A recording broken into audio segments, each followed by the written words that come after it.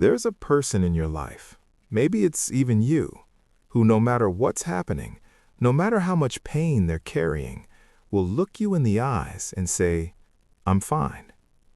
And here's the disturbing part. They're not lying to you. They're lying to themselves.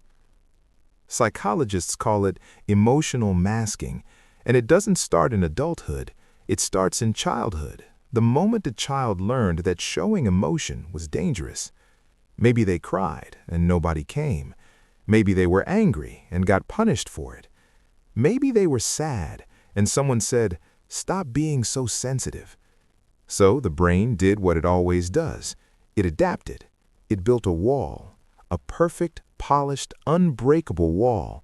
And on that wall, it hung a sign that said, "I'm fine."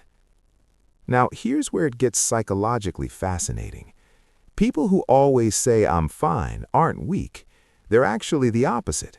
They're people who became too strong too early. They were the ones who held everyone else together, the ones who were told, directly or indirectly, that their emotions were a burden. So they developed what's called a Fawn response. They became experts at making other people comfortable at the cost of themselves. And over time, something terrifying happened. They stopped knowing when they weren't fine. The wall they built to protect themselves from the world started protecting them from themselves. Ask them, "Are you okay?"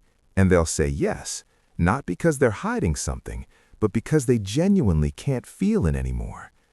That's called emotional dissociation, and it's one of the loneliest places a human being can be.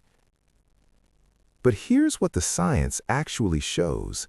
Suppressing emotions doesn't make them disappear. A landmark study from Harvard found that people who chronically suppress their feelings experience higher rates of anxiety, physical illness, and shortened lifespan than those who express them. The emotions don't go away, they go underground. They turn into tension headaches, into unexplained exhaustion, into a short temper over something tiny. They turn into lying awake at 3 a.m., heart racing, thinking about nothing, except it's not nothing, it's everything. Everything they never let themselves feel. The body keeps the score, every single time. So what does "I'm fine" actually mean?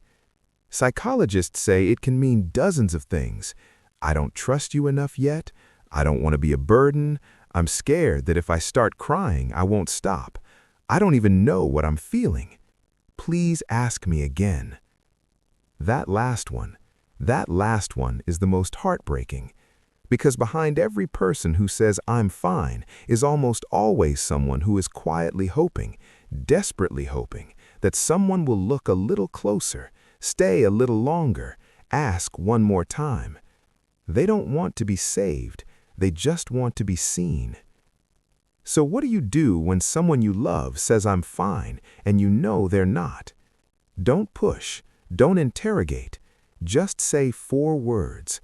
"I've got time today." That's it. No pressure, no spotlight, just an open door. And if you're the one who always says "I'm fine," I want you to hear this. Your emotions are not a burden. They are not weakness. They are data. They are your mind trying to tell you something important. You are allowed to not be fine. You have always been allowed. The strongest thing you will ever do is let someone actually see you. Subscribe to understand the hidden psychology behind your daily life.